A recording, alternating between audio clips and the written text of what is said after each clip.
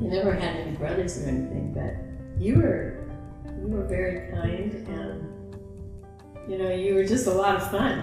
I mean, I really enjoyed the fun that we had together, and I think of,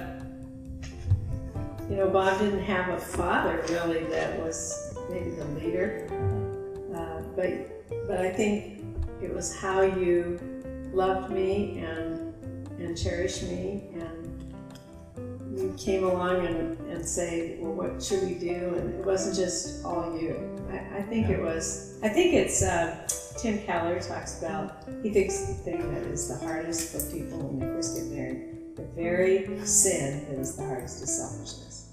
And so you just have to learn to die yourself. But I guess there were some things that, were different. There was adjustments, but we dated for 5 years. Yes, sure.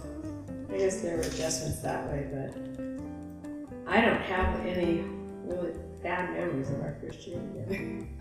I thought it was fun going to see him married. I really wanted to be married by the time he asked me to marry him, but we had broken an engagement, and I really didn't want to marry him. And then when it was God's will, I could hardly wait to get married. So I think we had both come to surrender. We'd rather be not married to each other if it wasn't God's will. And I think God just really blessed us. The point I was getting at in terms of a different perspective, a male perspective versus a female perspective of different things.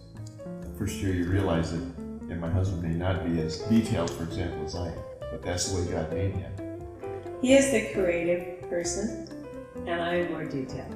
And so that's why we make a good team, I realized after 44 years. And there are times I get frustrated with his creativity and want a little more detail.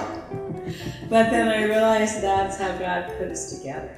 When you think about, I really believe God had one person for me to marry. I know everyone doesn't feel that way, but I believe that that's who God chose for me. And when you think about God bringing you together for His glory, to represent the gospel to the world, there's a whole different feeling about the anticipation of marriage. And it isn't all about you, it's about God and what He's going to do. And then when I think that in our 50s, He called us back here and gave us even a greater ministry and put us at Moody Church, it's like amazing. So I think that it's part of experiencing God.